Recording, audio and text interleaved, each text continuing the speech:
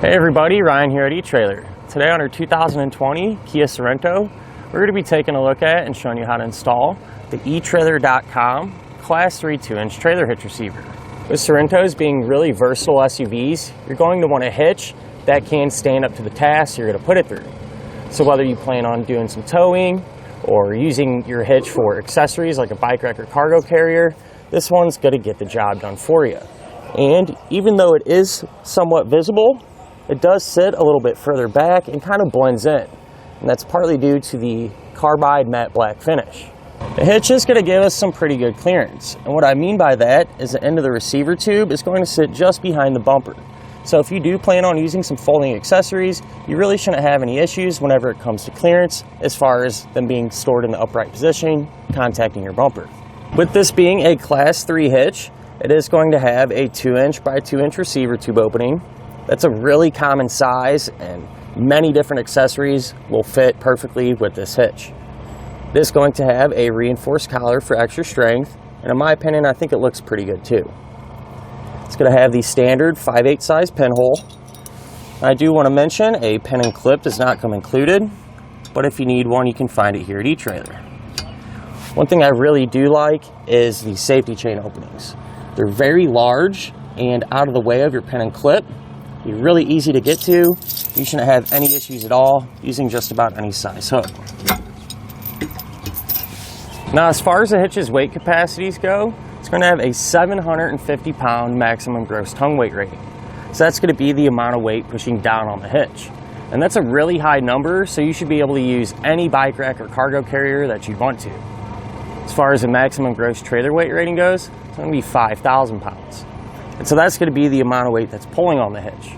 So that's the weight of your trailer plus anything that you might have on it. Now, I do always like to recommend it's never a bad idea to check with your Kia's owner's manual to make sure your SUV can pull that much weight. I'll go ahead and give you a few measurements. We're going to measure from the ground to the top inside edge of our receiver tube opening. That's going to be right at 13 inches. So chances are pretty good. If you do plan on doing some towing, you're going to need to get a ball mount with a rise on it. If we measure from the center of the hitch pin hole to the edge of our rear bumper, it's going to be right at about 5.5 inches. And like we talked about earlier with folding accessories, you can use this measurement to figure out exactly if those accessories will work without contacting the back of your Kia. Now, as far as the installation goes, it's really not too bad. It doesn't take all that much time and isn't really too complicated. Speaking of which, let's go ahead and put it on together now. To begin our install, we're going to be here at the back of our Kia. I went ahead and opened up our hatch, and we're going to lower our spare tire to give us some more room to work.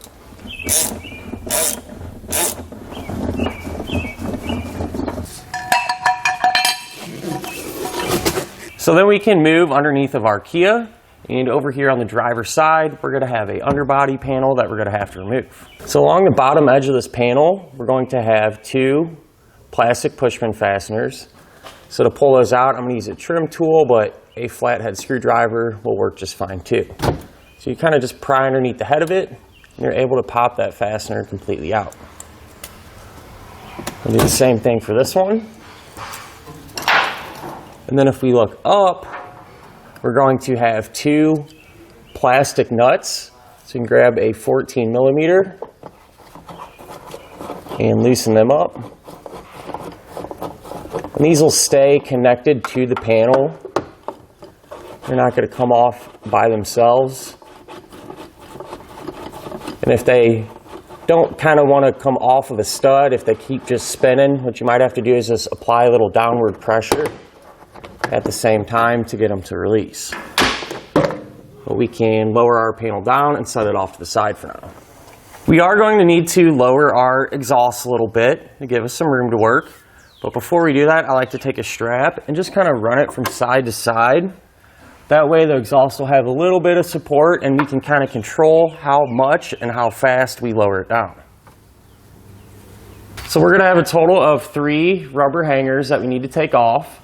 We're going to have this one back here by the tailpipe, and I'm going to spray them down with some soapy water, some penetrating oil. It makes it a little easier. But all we're going to do is grab a pry bar. You can even use a big screwdriver. Just kind of pop that rubber portion off of our exhaust. The other one will be right here on the back side of our muffler. And so we're just going to use that same technique. Get that one removed too.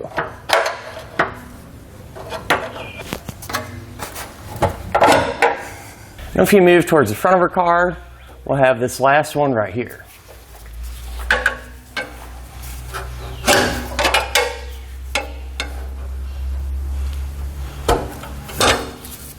With all of them removed, can now loosen up our strap a little bit to lower our exhaust. On our frame rail, we're going to have a little rubber plug. So we're going to pop that out, just grab a screwdriver and get underneath it. And there's also going to be 2 factory weld nuts. It's a good idea to take a bristle brush and clean out those threads.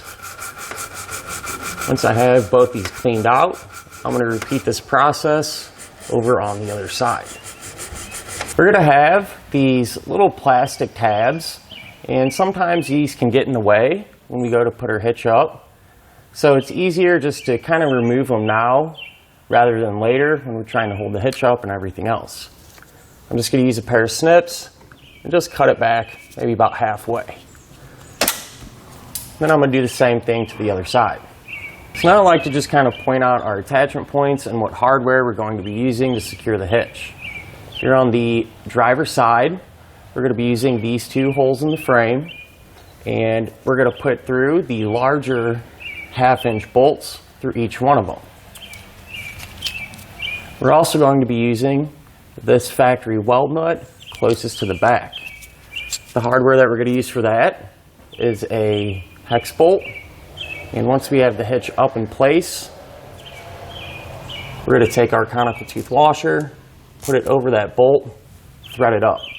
So you want to make sure that the teeth on the washer are going to face up towards the hitch. On the passenger side, again, we're going to be using these 2 holes, except we're going to use the smaller 7/16 bolts. We're going to be using both of these factory weld nuts. And that's going to get the same hardware, just a hex bolt and a conical tooth washer, just like the one on the other side. Now with an extra set of hands, we'll raise our hitch into position. So you're going to want to go up and over your muffler. And once we have it lined up, we're going to take our bolts and put them from the outside in here on the driver's side. And on the passenger side, the bolts are going to go from the inside out. So the ends of our bolts are all going to be facing towards the passenger side of our car. We'll take a flange nut and get it started hand tight.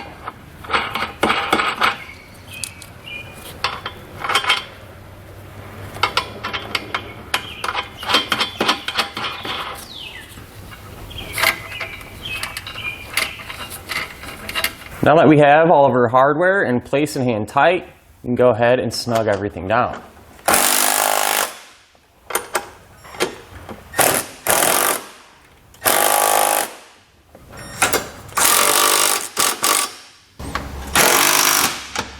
And now that we have all of our hardware tight, we can come back with the torque wrench and torque it to the amount specified in our instructions.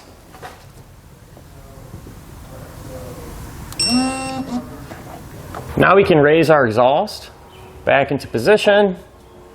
So I kind of just hold it up there and use my hands to push the hangers back into place.